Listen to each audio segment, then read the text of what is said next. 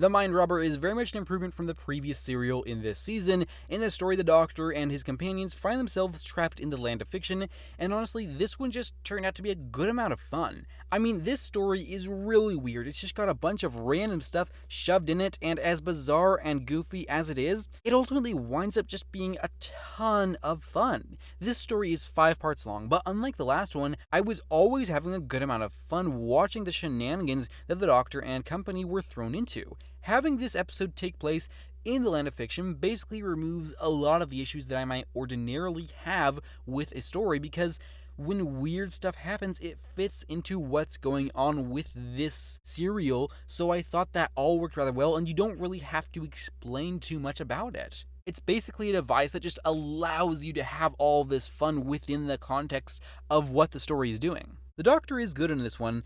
I did feel that him and his companions were taking the events of this episode more seriously than the episode itself actually was, which I did think made it a little bit less fun to watch. I get why they would do that, and it makes sense within the context of the actual show that they're gonna take these events seriously, but for me, it was just a little bit less enjoyable having the main characters take the situations more seriously than I felt was actually warranted. But he was still good and had moments that were great.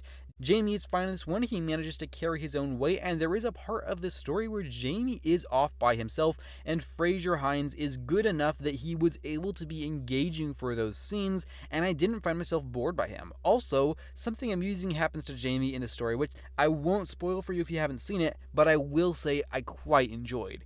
Zoe is the weakest for me this time around. I felt as though this story just didn't really know what to do with her, and basically just made her either scream or just stand around making unnecessary comments.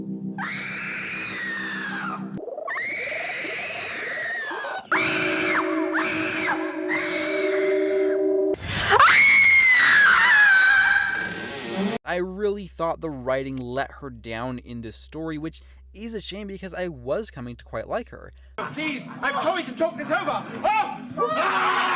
Zoe! Lesson 17! The villain is interesting enough, but it's weird because the glimpses of him that we get early don't really align with what we find out towards the end, which is a little unfortunate, but it wasn't horrible or anything. I do think they made good usage of their setting in this one. They really reveled in the land of fiction and pulled out a bunch of characters and had a good amount of fun. I just imagine that everybody filming this episode had a blast, and it seems like it would be just loads of fun to write and to perform. I don't actually know if they had fun doing it, but it just feels like they must have. This story honestly reminded me a lot of Planet of the Giants, which is one that is basically just a ton of fun. Everybody is small and they're all acting with these giant props, and both of these stories really just had a ton of enjoyment to me personally for very similar reasons, although I'll admit this particular story had less problems on the whole.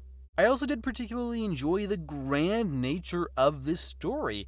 It's just got so much that it's doing. It's moving between all these different locations. It's got all these big props which are ridiculous and, like I just said, are comparable to Planet of the Giants with just how kind of silly they are and how much fun there is to be had and all the different things this is doing with all these different characters, and it's just fun, you know? It's just fun to watch them be silly and do something different. I do enjoy when classic Doctor Who does try to do something that feels a little bit different. Compare this to really anything that you've gotten from Season 5, even Season 4, it just doesn't fit within any of those. And really, within the rest of the season, this one feels different because it's doing something really fun and really quite unique in many ways. And I just really enjoyed that and appreciated how different this story was able to be and how much fun there was to be had within it. Overall, I found this to be a fun and engaging tale. Most of the cast does well, and the setting is bizarre and strange and just plain fun to watch. I had quite a good time with this story, and I'm going to give The Mind Robber a rating of 8 out of 10. If you join me again this coming Sunday, then I will be bringing you a review of The Invasion. This is an 8-part story that I have already seen.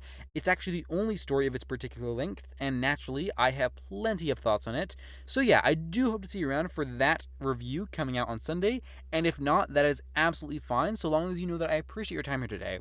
And with all of that said, thank you very much for watching, take care, and have a lovely week.